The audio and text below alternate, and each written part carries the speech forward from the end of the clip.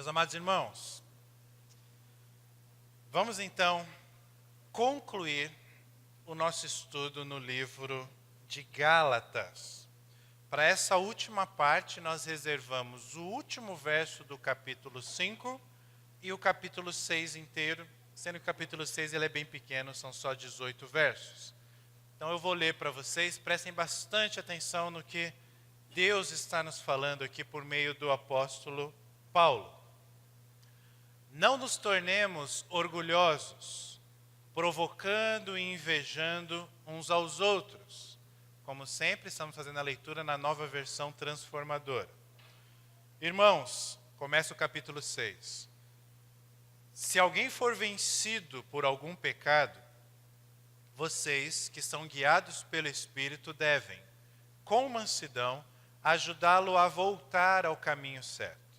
E cada um cuide para não ser tentado.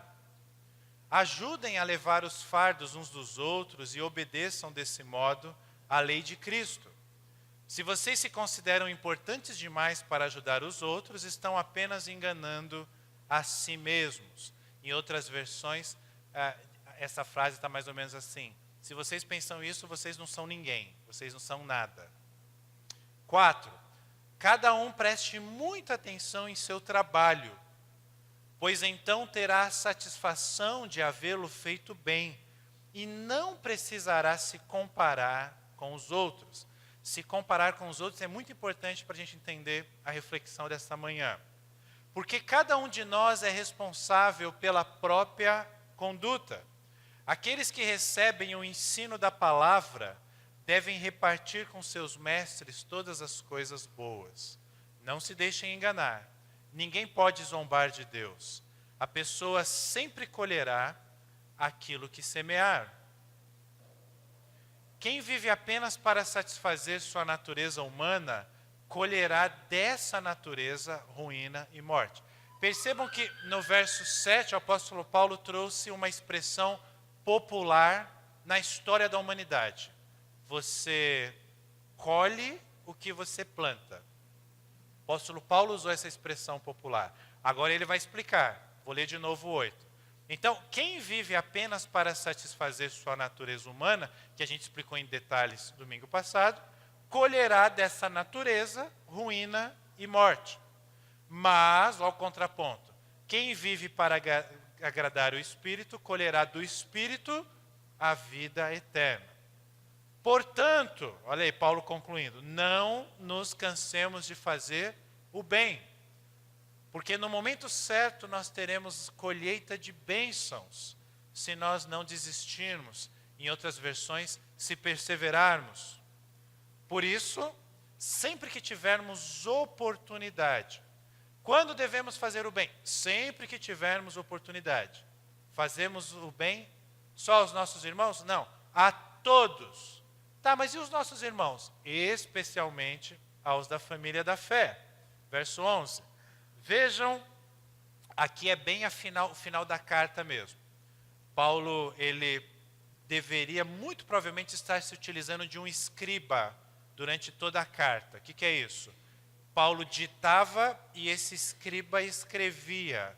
Mas aqui tudo leva a crer que ele resolve tomar a pena na mão e começar a escrever, né? O equivalente à caneta ou o teclado. Ele pega.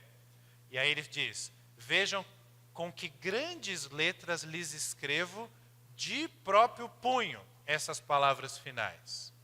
Aqueles que procuram obrigá-los a se circuncidarem desejam causar boa impressão para outros, a fim de não serem perseguidos por ensinar que somente a cruz de Cristo pode salvar. E aí ele traz uma informação bombástica, né?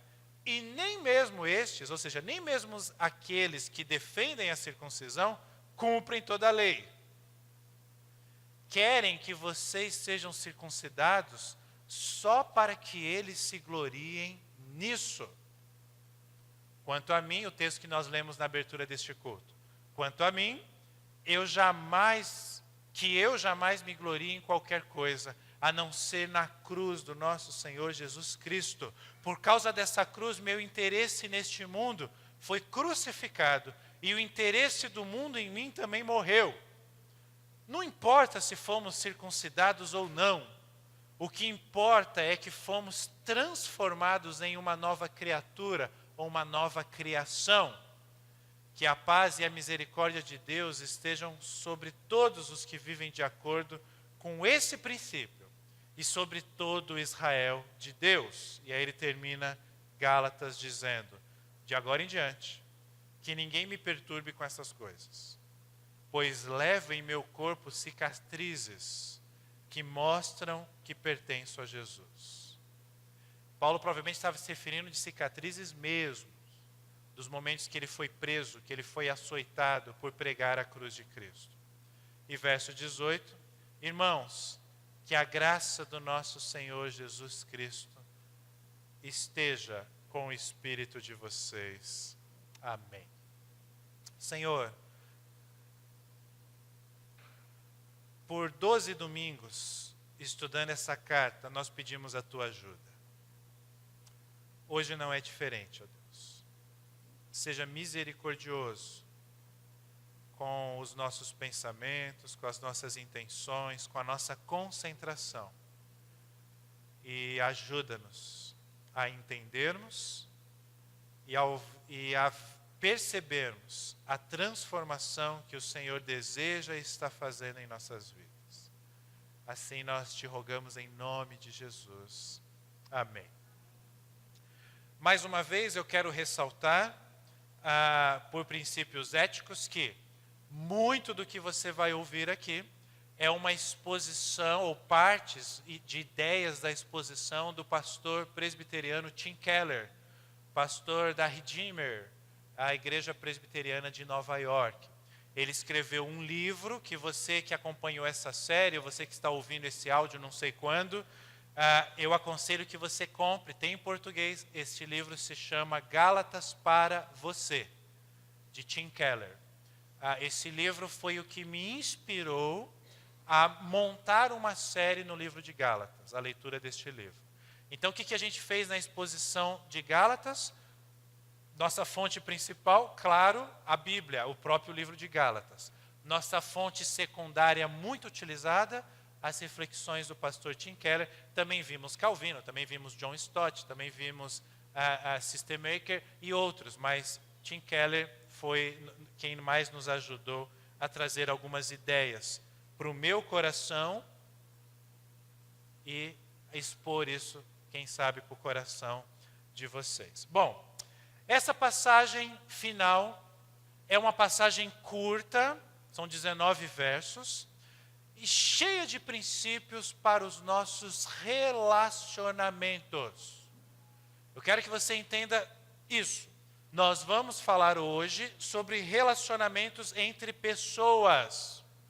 Paulo já explorou o nosso relacionamento com Deus, nosso relacionamento com a lei. Agora ele diz, olha, tudo isso que nós aprendemos, isso traz algo muito importante para o nosso dia a dia como seres humanos, como pessoas. E eu já vou apresentar para você uma sinopse de tudo que eu vou falar. Eu vou falar o seguinte para vocês nessa manhã.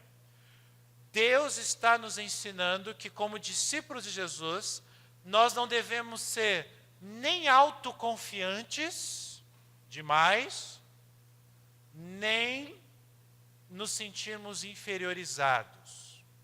Não devemos nos sentir nem acima de outras pessoas, nem abaixo de outras pessoas.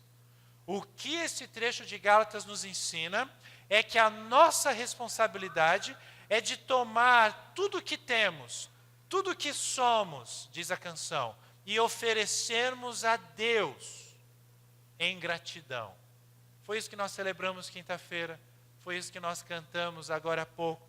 A nossa responsabilidade é essa. Simplesmente essa. Agora vamos ver isso em mais detalhes. Primeira coisa importante para nós entendermos sobre os nossos relacionamentos é que no nosso ser existe uma mudança acontecendo e quem faz essa mudança é o Espírito Santo. O Espírito Santo transforma os nossos relacionamentos. Relacionamentos que antes eram relacionados ao meu orgulho, ao meu egoísmo, agora não são mais. É por isso que aí no verso número 26 do capítulo 5, nós vamos gastar um tempo nesse verso, porque esse verso é chave para você entender todos os restantes da carta. A palavra orgulhosa aparece. Não nos tornemos orgulhosos, ou em outras versões, deixem de ser orgulhosos. A palavra grega, meus amados irmãos, que aparece aqui é kenodoxoi. Xoi, é isso, mais ou menos assim que se pronuncia. Significa literalmente a pessoa vangloriosa, se sente que tem vanglória. Eu gosto de uma tradução que é a pessoa vazia de honra. Então pense no contexto de honra. Eu me sinto honrado quando as pessoas reconhecem o que eu fiz, o que eu faço. Eu me sinto honrado quando alguém me obedece. O que é honrar alguém? Bom, o que é honrar alguém? Você entende? O que é então esse orgulho no conceito literal aqui do texto original no grego? É você se sentir vazio de honra. Quando você não se sente honrado, você se torna um orgulhoso. É a ausência de honra, a ausência de glória também. É o orgulhoso. E aí o que acontece quando eu me torno orgulhoso? Eu vou buscar diversas maneiras de preencher este vazio, de provar para as pessoas, falando em relacionamentos, que eu tenho valor sim. Eu tenho que provar para mim mesmo que eu sou glorioso, que eu sou uma pessoa de honra, e tenho que provar para os outros. Isso vai fixar minha mente na comparação. E quando eu me comparo com outra pessoa, eu tenho duas alternativas. Ou eu me sinto superior a ela, ou normalmente eu me sinto inferior a ela. Dificilmente quando eu me comparo com outro ser humano, eu vou me achar igual. Ou eu estou acima, ou eu estou abaixo. Isso nos torna pessoas extremamente competitivas. E é por isso que aparece, não nos tornemos orgulhosos, provocando. O que é esse provocar? Uma atitude provocativa é a postura de alguém que está certo da sua superioridade e ela menospreza alguém que ela entende que é mais fraco que ela. Eu provoco. E invejando uns aos outros. O que seria essa atitude invejosa? É a postura de quem tem a consciência de que está inferior a outra pessoa, aquela que ele está se comparando. E porque ele tem essa consciência que está inferior, ele se sente assim, olhando para cima. E porque ele se sente olhando para cima, ele começa a desejar estar na posição desta pessoa, inveja. Não nos tornemos orgulhosos, provocando e invejando uns aos outros. Preste atenção numa coisa muito importante sobre orgulho. Nós somos orgulhosos, quer quando nos sentimos superiores, quer quando nos sentimos inferiorizados. Porque orgulho é um vazio de honra. E quando eu me sinto superior e eu provoco, eu desafio aqueles que são inferiores a mim, na verdade eu quero preencher esse vazio de honra. Eu preciso me sentir honrado. E quando eu faço o contrário, quando eu tenho inveja, é porque eu quero preencher também este vazio que eu não tenho que os outros têm. Resumindo, o foco está sempre em mim. É o que aconteceu no Éden. É o que Gálatas nos apresenta. Gálatas nos apresenta uma transformação que é obra do Espírito Santo, algo de dentro para fora. Mas eu sou orgulhoso, eu sou egoísta. Eu concentro as minhas forças no outro para eu me comparar ao outro e me sentir acima ou abaixo, quando na verdade eu deveria concentrar as minhas forças no outro para que ele cresça ou para que ele tenha oportunidades que eu ainda não tive. Essa linha de raciocínio que Paulo está nos apresentando aqui. E grande parte do nosso tempo, irmãos, não se iludam, grande parte do nosso tempo durante a semana, isso ocorre assim, as duas coisas ocorrem o tempo todo em nossas vidas. Ou nós estamos provocando, ou nós estamos invejando. Aí daqui a pouco eu estou numa situação, eu estou lá na faculdade e eu estou invejando. Mas aí eu saio da faculdade, eu entro num barzinho, numa padaria, em algum lugar, e aí eu já estou provocando. E aí eu chego em casa e eu estou provocando. Mas na igreja eu estou invejando. Nós lidamos com isso o tempo todo. Isso é um problema. Isso é um problema. Tem duas perguntas que eu considero assim muito importantes para nós percebermos isso de forma clara nas nossas vidas. Primeiro, quando você se sente superior. Vamos lá, deixa eu ver se eu consigo te ajudar. Em algum momento na sua vida, você já viu uma pessoa fazendo alguma coisa, ou mesmo que você não tenha visto, você ficou sabendo de alguma situação na vida de outra pessoa. E você soltou a seguinte frase, ou teve o seguinte pensamento: eu jamais faria o que essa pessoa fez. Orgulho. Você se sente superior a essa pessoa. Em algum momento na sua vida, você já viu uma situação em que você disse assim: eu jamais atingirei o nível de realização dessa pessoa. Orgulho. Você se sentindo inferiorizado. Perceba, o teu foco, o meu foco, são sempre pessoas. Esses deputados, esses senadores, esses presidentes, eu jamais faria o que eles fazem. Você está se sentindo superior a eles. Você está se sentindo moralmente, eticamente, espiritualmente, fisicamente superior a eles. Eu também jamais serei presidente da República. Você está se sentindo inferior.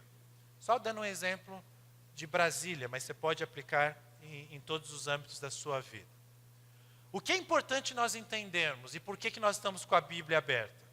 O Espírito Santo está operando uma transformação em nós. Isso que eu acabei de dizer é a nossa realidade. Mas a nossa realidade, quem é discípulo de Jesus, também é uma realidade de um Deus que está operando. O Espírito Santo cria em nós, na nossa mente, no nosso coração, uma autoimagem totalmente diferente.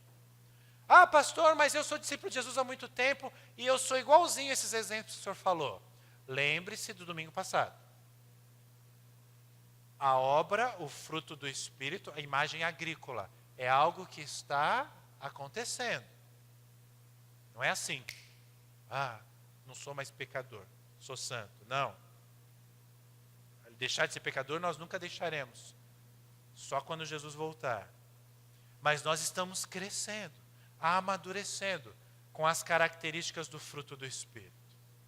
É o Espírito Santo, meus amados irmãos, que faz com que eu não me sinta nem autoconfiante, nem inferiorizado.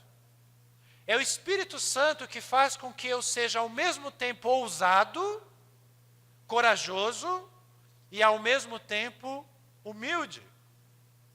Porque quando eu olho para o Evangelho, e esse é o problema, vamos só entrar no pensamento de Paulo aqui, quando ele fala isso para os Gálatas. Lembrando que Paulo está falando dos falsos mestres, das obras da lei, das obras da carne, de estar debaixo da lei, que o Evangelho nos traz a liberdade, aquele contexto todo que nós já vimos em minúcias. O que Paulo está nos dizendo é, se eu penso que eu sou salvo pelas minhas obras, se eu esqueço que eu sou salvo somente pela graça, o que acontece? Das duas umas. Ou eu me torno uma pessoa confiante, mas não humilde. Eu consegui, eu cumpri a lei. Eu sou o cara. Pessoa super confiante, porque ele está conseguindo. As obras dele estão justificando ele perante Deus. Mas ele não é humilde. É isso que acontecia com os fariseus, com os saduceus e todos os religiosos que Jesus encontrou. Eles se sentiam superiores às outras pessoas. Ou o contrário, a pessoa que pensa que a salvação é pelas suas obras, ela tem uma atitude humilde, mas não confiante. É aquela que pensa, eu não consigo, eu sou um pecador, mas ela não tem a confiança de ser aceita por Deus do jeito que ela é, porque ela acha que tem que ser diferente, ser diferente pela sua própria força. Em outras palavras, o que eu estou dizendo para vocês é, quando você tira o Evangelho da sua vida, você vai ser forçado a ser, ou a se tornar, ou a se sentir superior ou inferior. Só o Evangelho resolve isso nas nossas vidas. Por quê?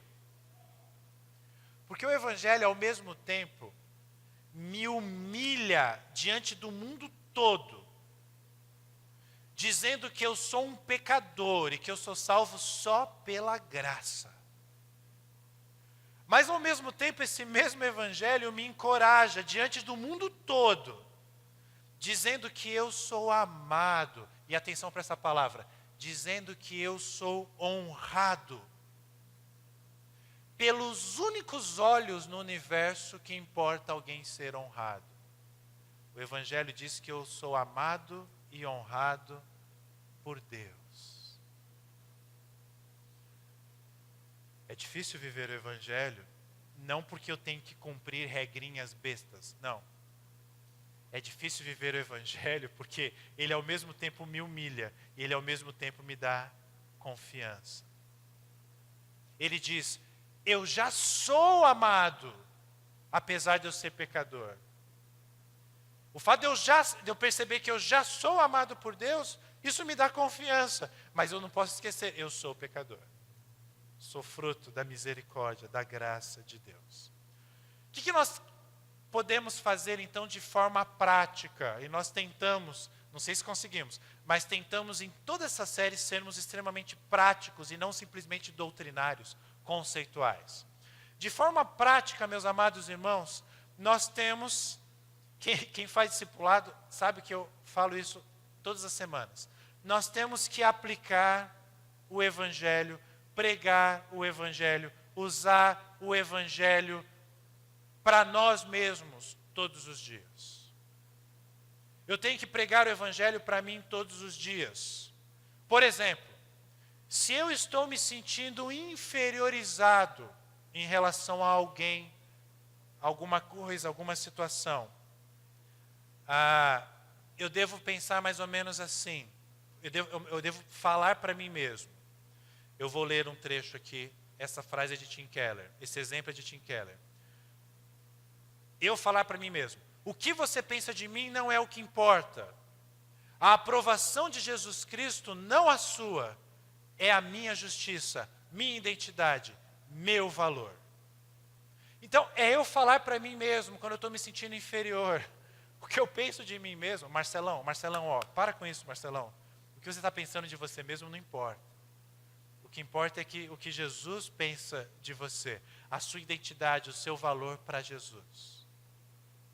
E o que eu devo falar para mim mesmo quando eu sinto que eu estou menosprezando, ou quase menosprezando, ou já menosprezei alguém? O que eu penso a meu respeito não importa. A primeira parte é igual. Eu sou só um pecador, tanto quanto essa pessoa. E como ela, eu não mereço o amor de Cristo por mim. Então, quando eu estou diante de um assassino, quando eu estou diante de um bandidinho, quando eu estou diante de um estuprador, quando eu estou diante de um político corrupto, quando eu estou diante daquele parente da minha família que fez algo muito grave, quando eu estou diante daquele funcionário que desviou o dinheiro da minha empresa, quando eu estou diante daquele policial corrupto, alguns pensamentos vão vir na minha mente a respeito de mim. Quando eu estou diante daquela prostituta, daquele garoto de programa, alguns pensamentos vão vir em relação a mim. Quando eu estou diante daquela pessoa que não teve sucesso no casamento, e imaginando que eu estou com o meu casamento equilibrado, eu vou ter alguns pensamentos a respeito de mim. Nesse momento, eu devo pregar o Evangelho para mim. O que eu penso a respeito de mim não importa. Sou só um pecador, tanto quanto esta pessoa. E como ela, eu não mereço o amor de Cristo por mim. Não nos tornemos orgulhosos, provocando e invejando uns aos outros. Sabe por que nós, a Bíblia que nos apresenta essa palavra, sabe por que nós nos chamamos irmãos? Mostra o verso primeiro aí, que é como começa o capítulo 6. Capítulo 6 começa assim: irmãos. E nós, vocês já ouviram falando isso aqui hoje, agora há pouco. Nós nos chamamos de irmãos. Porque o orgulho significa eu buscar a minha própria glória nos relacionamentos. Então eu me relaciono com a Lúcia, porque lá no fundo do meu coração eu sei que de alguma forma eu terei algum tipo de glória nesse meu relacionamento com a Lúcia. No fundo é um relacionamento baseado pelo meu egoísmo. Agora, Paulo apresenta a palavra que nós usamos, irmãos. Porque o Evangelho, meus amados irmãos, ele destrói essa ideia de eu me relacionar com alguém por egoísmo. O Evangelho é o que nos capacita a viver como irmãos. Eu não sou nem superior, nem inferior. Eu sou irmão. Fraternidade, irmandade. E o que isso significa na prática? Nós conseguimos, uma vez que nós nos enxergamos como iguais, só se enxergando como iguais, nós somos capazes de nos encorajarmos uns aos outros. Porque não se iluda, se você se sente superior a alguém, se eu me sinto superior a vocês, eu não sou capaz de encorajar vocês. Eu só sou capaz quando eu me sentir igual. Igual. Por que Paulo, ainda no verso 1, diz, olha, se alguém for vencido por algum pecado, vocês são guiados pelo Espírito, deve com mansidão ajudá-lo a voltar ao caminho certo. Dentro desse contexto de irmandade. Os cristãos não devem nem ser rápidos, nem tardios em confrontar. Devem ser mansos, mas devem confrontar uns aos outros com amor. Aqui o ponto, meus amados irmãos, pastor, como é que funciona isso? Eu sei que um irmão, que uma irmã está em pecado ou cometeu um pecado, como que eu devo agir? É fácil você chegar a essa conclusão.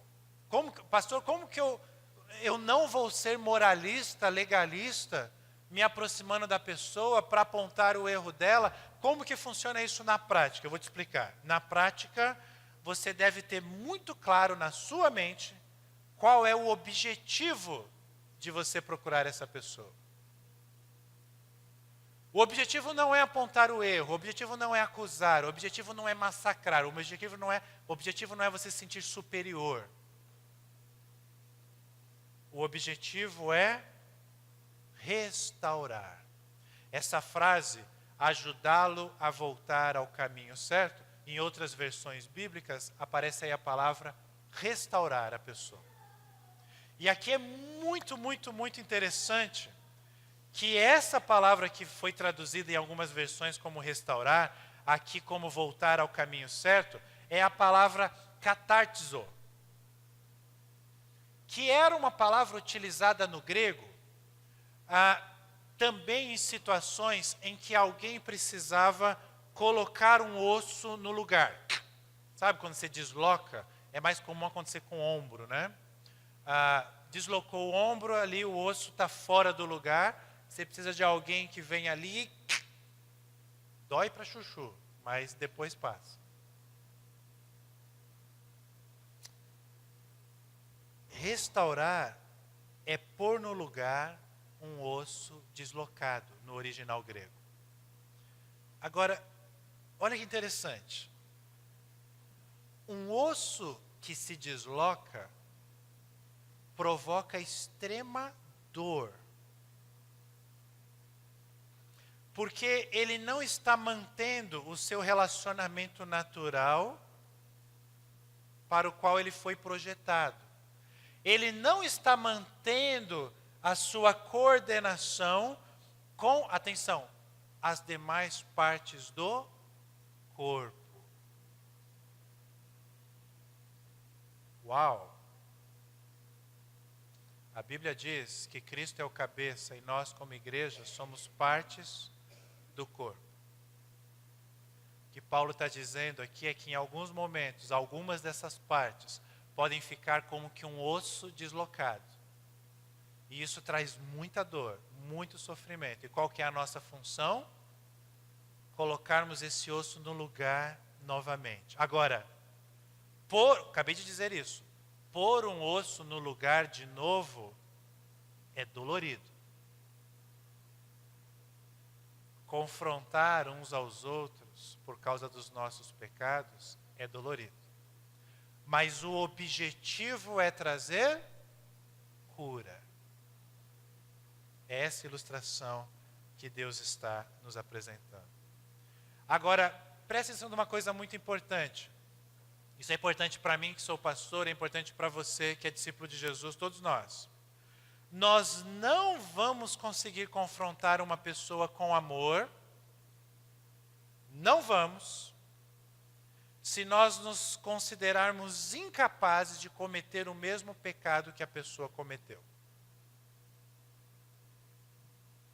Então eu recebo, independente de eu ser pastor, tá? Eu recebo na minha casa um irmão querido que traiu a sua esposa, cometeu um pecado grave, e ele está arrependido, e ele quer restaurar o casamento, e eu estou ali para bater um papo com ele, para ler um trecho das Escrituras e fazer uma oração. Se eu achar que o que ele fez é algo que eu jamais faria, e que eu jamais vou fazer, eu estou me sentindo superior a ele. E esse ar de superioridade vai ficar evidente na hora que eu for tratar do problema dele.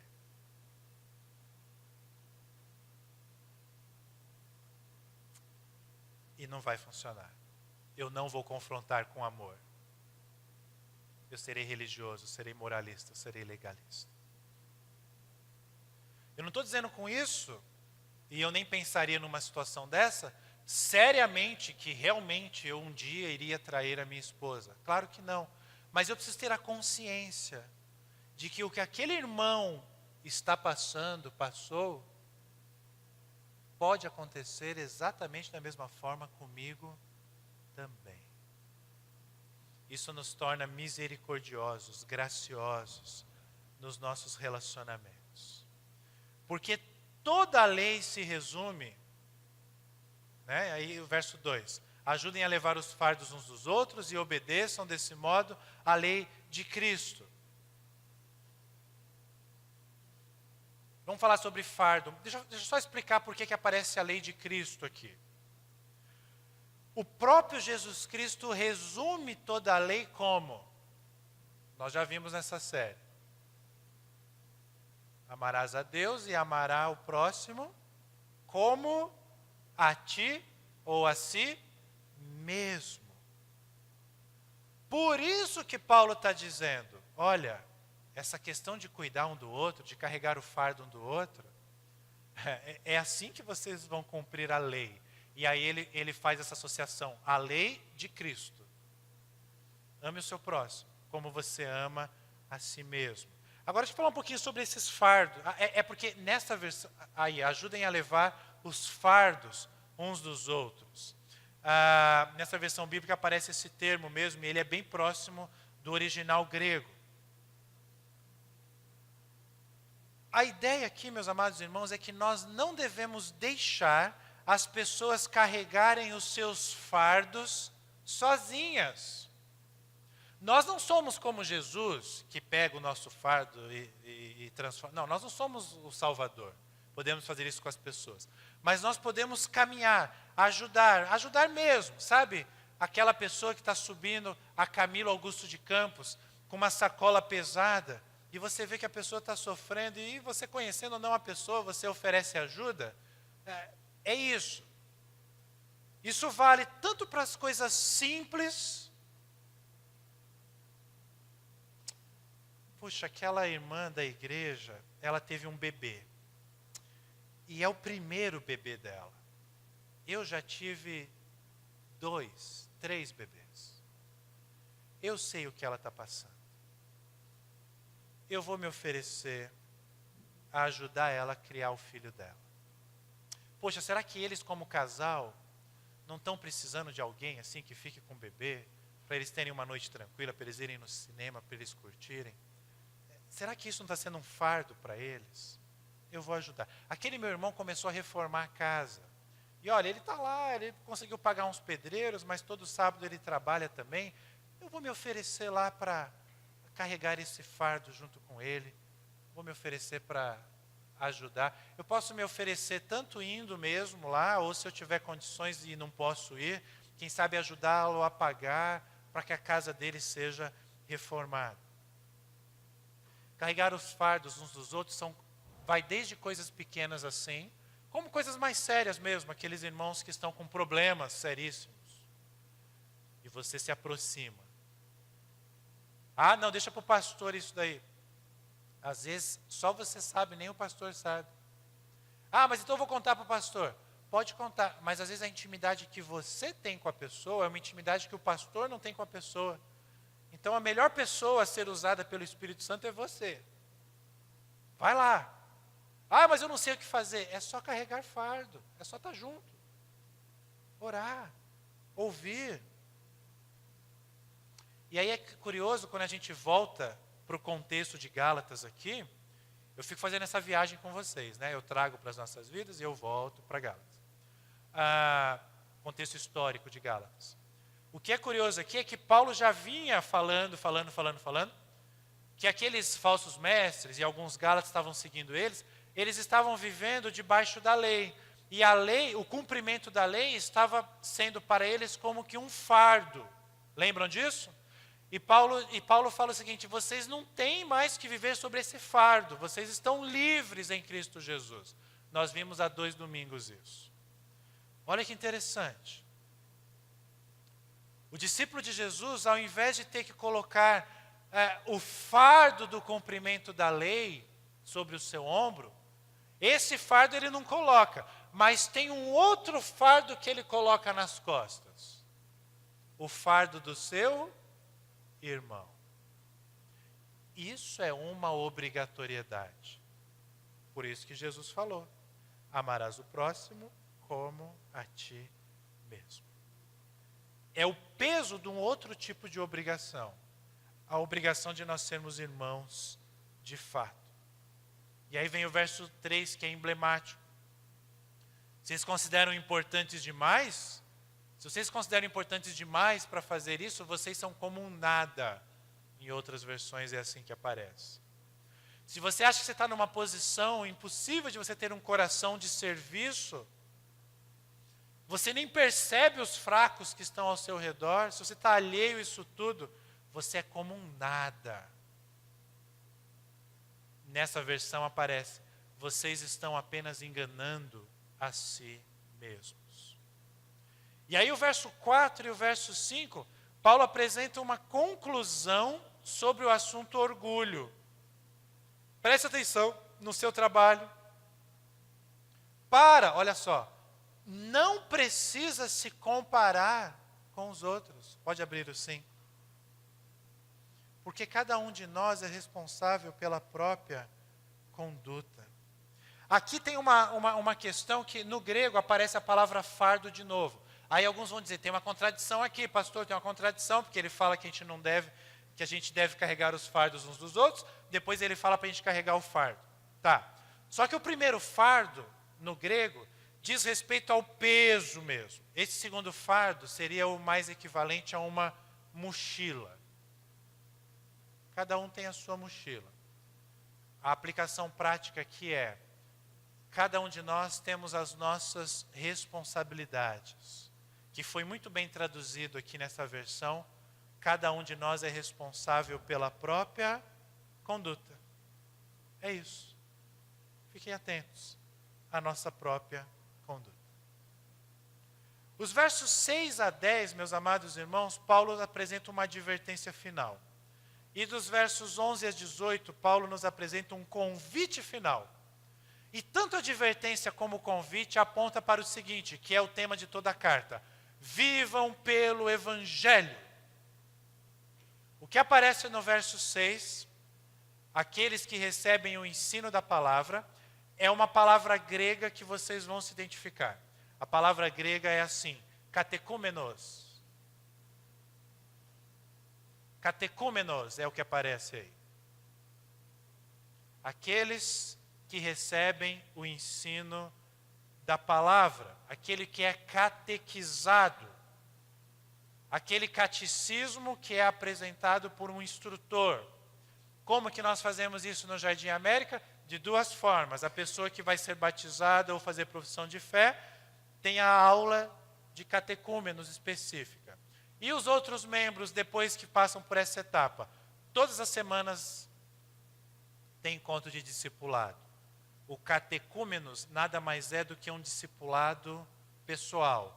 É a ideia que Paulo está falando aqui. Um aluno, um professor, ou poucos alunos e um professor. É por isso que nós colocamos o discipulado como um pilar da nossa igreja há 1 ano. Ele não é um ditador autoritário. Ele é alguém, ele é um professor. Agora, é quase certo que a expressão devem repartir com seus mestres todas as coisas boas está se referindo sim ao fator financeiro. Aqui o ponto, meus amados irmãos, é nós entendermos que quem ensina a palavra, ele não recebe salário. Porque salário é algo que se recebe por uma relação ou de serviço ou de apresentação de um produto. Por isso que se vocês olharem nos relatórios financeiros da igreja, há 4 anos eu não recebo salário. O que pastores recebem se chama côngrua. A ideia bíblica aqui é o seguinte: o salário do mestre cristão, usando aqui o termo que Paulo está se referindo, não deve ser visto como um pagamento. Olha, eu estou pagando para você me ensinar. Não, é uma relação de companheirismo. Eu estou em tempo integral da minha vida me dedicando a te ensinar a palavra. Você está em tempo integral da sua vida se dedicando aos dons e talentos que Deus te deu. Por generosidade, você ajuda o mestre cristão que está se dedicando em tempo integral. Entenderam a diferença?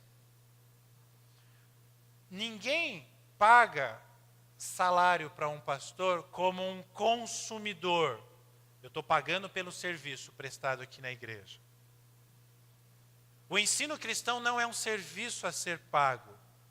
É um compartilhamento mútuo.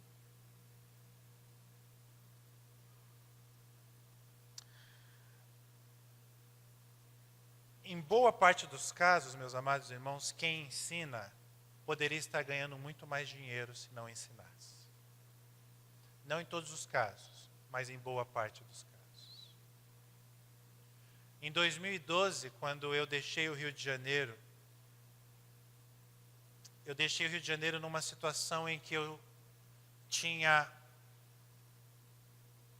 3 funções de liderança executiva em uma das 3 maiores instituições do nosso país.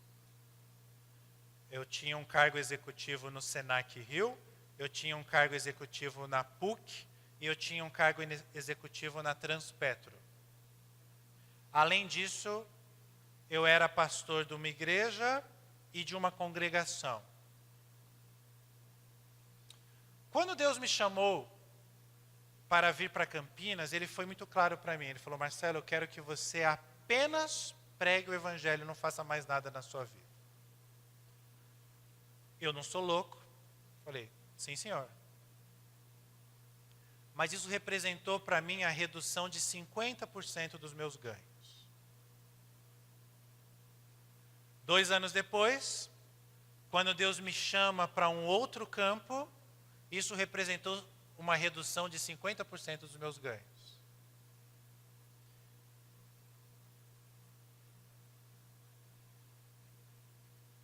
Com 2 bacharéis e 2 pós-graduações, hoje eu, às vezes, e esse pensamento é perigoso, eu penso aonde eu estaria e quanto eu estaria ganhando se eu não estivesse no pastorado. Não só por essas graduações, mas pelas experiências e os relacionamentos profissionais que Deus me deu a oportunidade de ter. Relacionamento com pessoas poderosas, de posses, tanto no meio político quanto no meio empresarial. Mas, meus amados irmãos, Deus nos chama para anunciar o Evangelho. E agora eu estou falando no caso específico de pastores. O que Paulo está querendo dizer é: aqueles que recebem o ensino da palavra, quem recebe, eu também recebo de outros homens, devem repartir com seus mestres todas as coisas boas que Deus tem dado a você. Claro, eu sei. Desculpa, vou usar uma expressão chula, mas vou usar propositadamente. Tem alguns safados por aí que se aproveitam de um verso como esse para extorquir pessoas mais humildes e imaturas. Mas é uma verdade bíblica. E é importante todos nós. Eu não estou dizendo isso, estou falando isso para vocês. É importante eu lembrar dessas coisas na minha vida, no meu chamado, no entendimento de Gálatas. Paulo faz questão de enfatizar esse aspecto. E um dos motivos que Paulo faz questão, vamos voltar para Gálatas, no nosso salto, né? Tempo presente, tempo lá de Gálatas.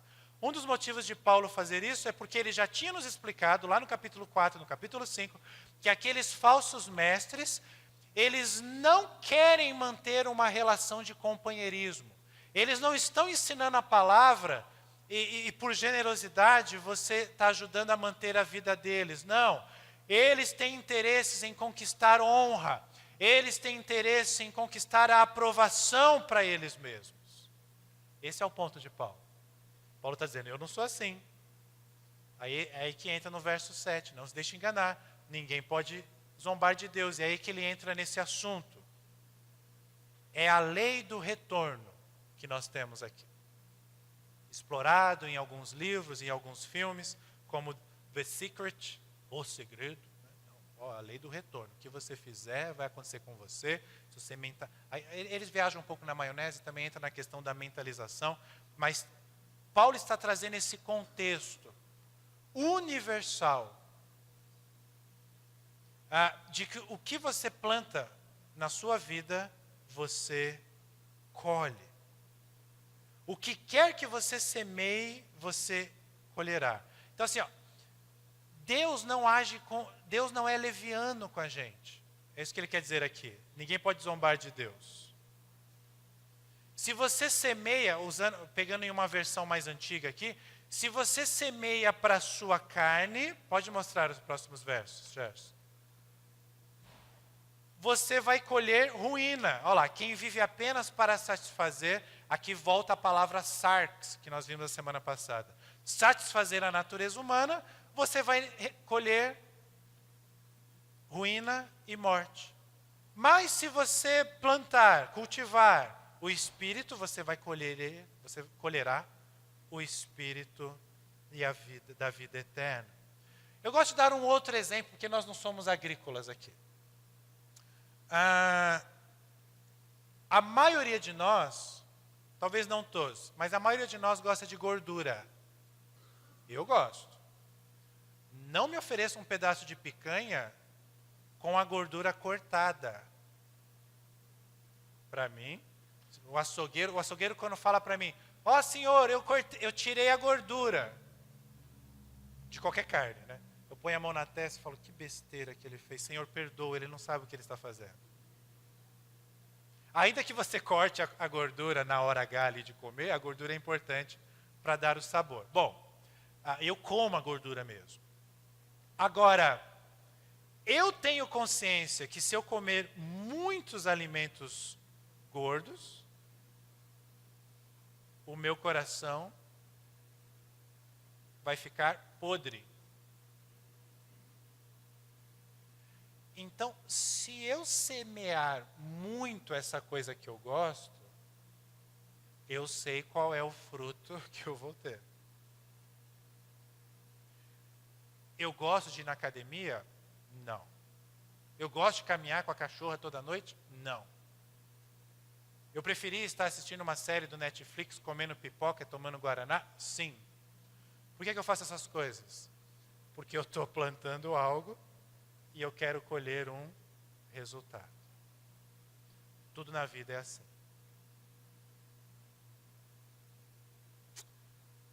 Na nossa experiência de fé, não é diferente. Quem semeia para o Espírito, quem busca em primeiro lugar o reino dos céus, quem está aplicando o Evangelho todos os dias na sua vida, colherá a vida eterna. A ideia aqui é tanto uma satisfação no tempo presente, quanto uma satisfação eterna. O que me leva a todos os dias querer fazer o bem. Não nos cansemos de fazer o bem. Se eu não plantar o que é certo para colher o que é bom, eu vou plantar o que é errado e vou colher o que não é bom. Vou me tornar cada vez mais egoísta.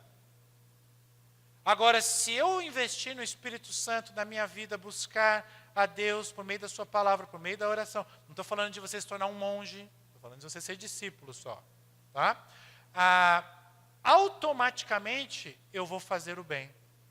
Diante de todas as oportunidades que surgir, para os de dentro da igreja e para os de fora. Paulo fala, né? Especialmente, cadê? Está lá embaixo, especialmente aos da família da fé. Às vezes a gente se apega a isso, mas a gente esquece da frase principal, façamos o bem a todos. Aqui é uma relação meio que óbvia, irmãos. Façamos o bem a todos. Todos quem? Todos que são nossos próximos. Ué, se nós somos uma igreja, é natural que nós estejamos mais próximos de nós mesmos. Então, especialmente aos da família da fé. Especialmente aos irmãos, mas a todas as pessoas. Agora, olha que interessante o que Tim Keller nos diz. Eu já estou acabando, gente. Nós compartilhamos o Evangelho e evangelizamos apenas como um meio para atingir o fim de amar as pessoas. Nós não amamos as pessoas como um meio para atingir o fim de convertê-las. Forte isso, hein? Bom para a gente refletir durante a semana. Ah, pastor, por que a gente tem que amar as pessoas, fazer o bem para as outras pessoas? Para a gente ter oportunidade de pregar o evangelho para elas? Não! Faça por amor. Você vai usar o amor como um meio, não como um fim? E por que nós evangelizamos as pessoas, anunciamos o evangelho para elas? Também por amor. Tudo é por amor. A lei se resume em amar o próximo como você ama a si mesmo. Se você já compreendeu que a salvação está em Cristo Jesus, que este mundo está condenado, por amor você vai querer anunciar isso para outra pessoa. Não porque seu pastor mandou, ou porque a Bíblia diz, ou porque é a missão que Jesus te deu. Ah, é a missão, eu tenho que fazer isso, obrigado. Eu nem gosto, viu? O pastor vive falando de fazer tarefa missional, domingo à tarde. Eu não gosto disso, eu acho que isso aqui quem tem que fazer é o pastor. Se esse é o teu pensamento, não faça mesmo. Agora, se você ama as pessoas que estão do seu lado, reveja esse seu pensamento. Porque elas estão condenadas ao inferno. E você não. E você pode fazer alguma coisa por elas. Não que a salvação vai vir de você, mas o que você pode fazer é contar o que você sabe. É como você vê um sujeito paupérrimo, na miséria, doente, sem comida, e vamos imaginar que ele está nesse cantinho aqui, você passou e viu ele aqui. Você está bem, você está alimentado. Por que você está bem, você está alimentado, você está com saúde? Porque você sabe que aqui tem a fonte disso tudo. Aqui tem médico, aqui tem medicamento, aqui tem comida, aqui tem tudo. Aí você está vendo a pessoa ali, morrendo. Quem você é? Qual o seu caráter? Qual a sua ética? Qual o seu coração? Se você não chegar para essa pessoa e falar, meu amigo, vem cá, deixa eu te mostrar, vem cá, pega pela mão, coloca no colo, do jeito que você quiser. Olha aqui, aqui você tem acesso a isso tudo. Quando nós não anunciamos o evangelho para as pessoas, a gente tem acesso ao evangelho, estamos felizes eternamente. E a gente está vendo a pessoa ali. Puxa vida. Tomara que alguém apareça para falar para aquela pessoa que ali tem a solução para a vida dela. Puxa vida, eu vou até pagar o salário para uma pessoa, para uma pessoa, a gente chama ele de pastor, reverendo, como quiser. Para ele, não eu, mas para ele lá, pegar o sujeito ali e levar para lá. Enquanto isso eu vou ficar aqui olhando. Vai ser lindo eu olhar ele fazer isso. Eu vou até me sentir bem, porque eu pago o salário dele. Entenderam aonde Paulo quer chegar e por que Paulo tocou no assunto financeiro dos ministros? Isso é muito sério, meus amados irmãos. É tão sério que eu tinha cogitado parar alguns minutos atrás quando eu olhei para o relógio. Mas eu continuei. Vamos concluir a carta? Vou gastar poucos minutos, prometo para vocês. O ministério cristão engloba ajudar uma casa de recuperação, tanto quanto você explicar o evangelho para uma pessoa. Devemos olhar à nossa volta. Quem está por perto? Os da família da fé, claro. Agora, nessa imagem da lei do retorno, da semeadura e da colheita, a gente tem que ter em mente algo muito importante. Dá trabalho semear. Dá trabalho. Dá trabalho não fazer as coisas que a gente quer fazer. Eu quero comer aquela gordurinha da picanha, eu quero comer aquele doce, eu quero, é quase incontrolável, eu não me seguro, eu quero. É horrível você ter que se reprimir de algo que você quer fazer. Eu estou usando o exemplo alimentar, irmãos, porque é um desafio de todos nós, tá? Quer você esteja no seu peso ideal ou não, tá? É só um exemplo. Todos nós temos esse desafio. Se não por questão de peso ou de estética, por questão de saúde, nós temos esse desafio. O ponto é, o valor da colheita é maior do que o custo da semente. Meus pais moram no sul de Minas. Eles foram comerciantes muitos anos no sul de Minas. E ultimamente eles tinham um comércio, tiveram que fechar no final do ano passado, mas eles tinham um comércio voltado assim para um público de mais recurso financeiro. Era uma loja de presentes e tinham presentes mais caros lá na loja. E eu perguntando para minha mãe nessas últimas férias qual era o perfil das pessoas que mais apareciam lá, se eram comerciantes, se eram pessoas da indústria.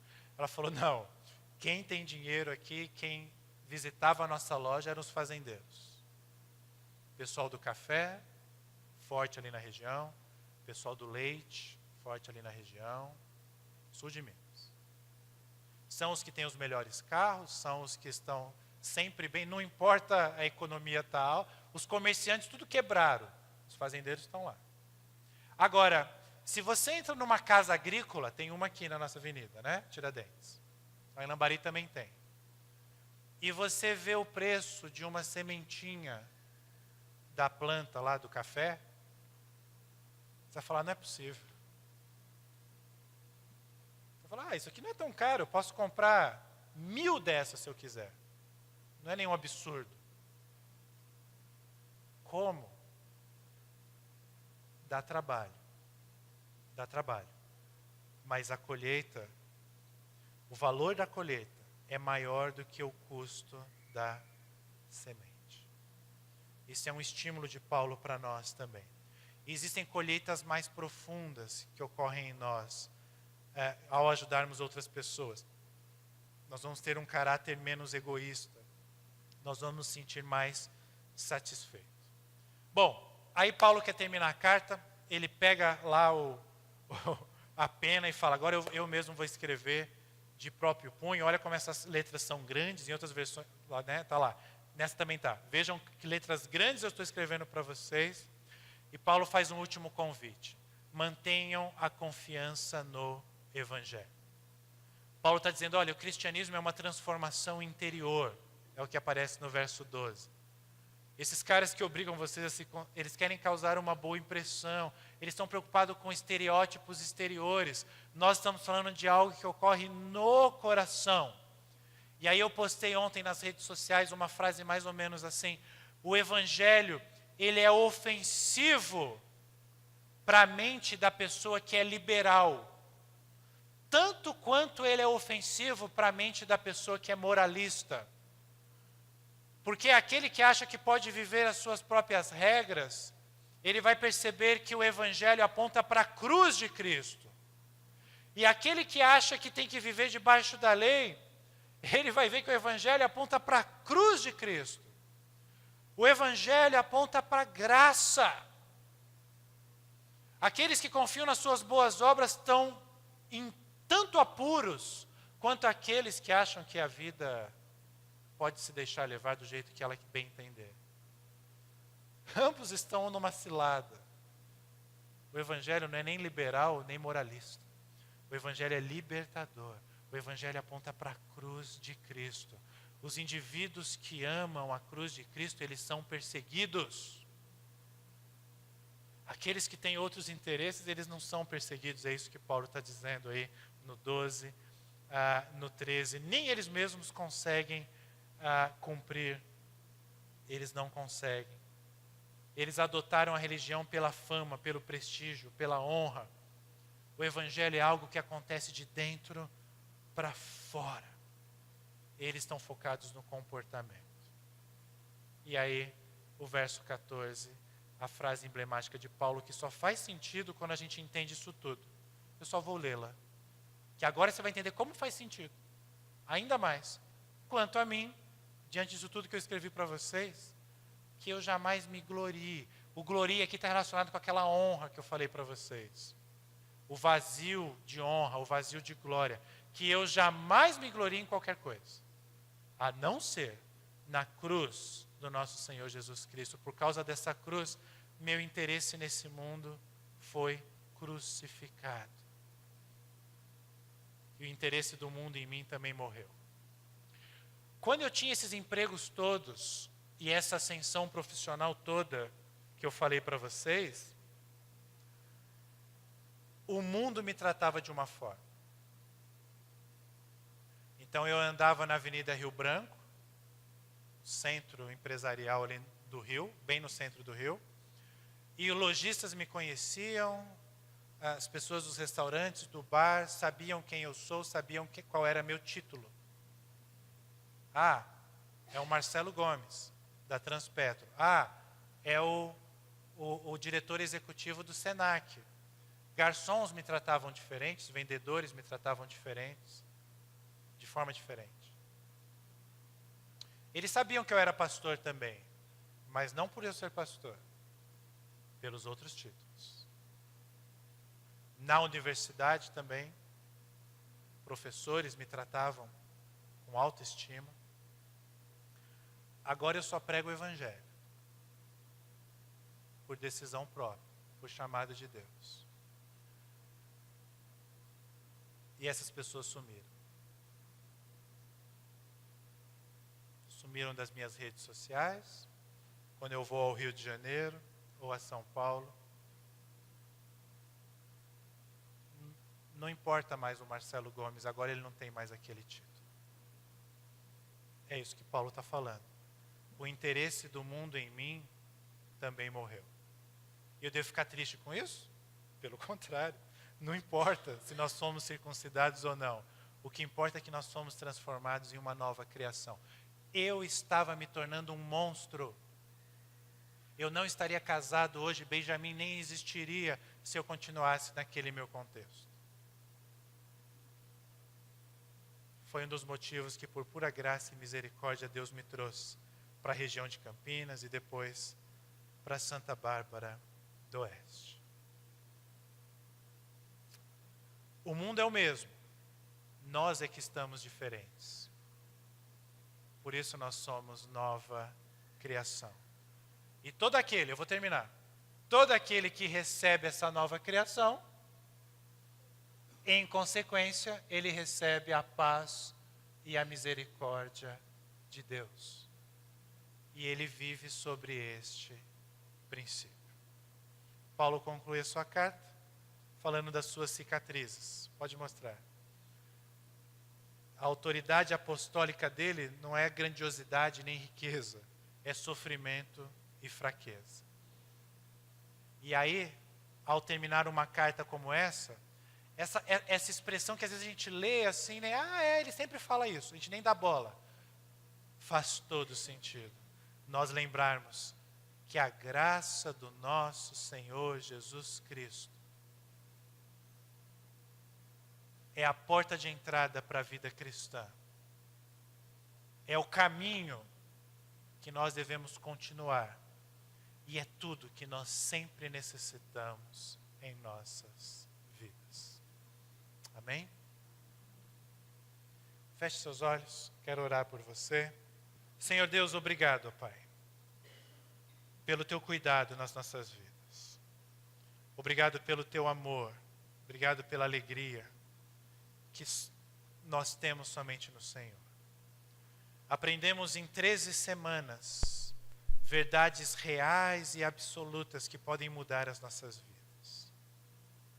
Que o Senhor tenha misericórdia de nós e nos ajude a transformarmos esses princípios em vida, a compreendermos o privilégio que nós temos de ouvir essas coisas do Senhor, de entendermos, estudarmos essas coisas. Mas se não colocarmos em prática, ó Deus, seremos como tolos. Tudo terá sido inútil.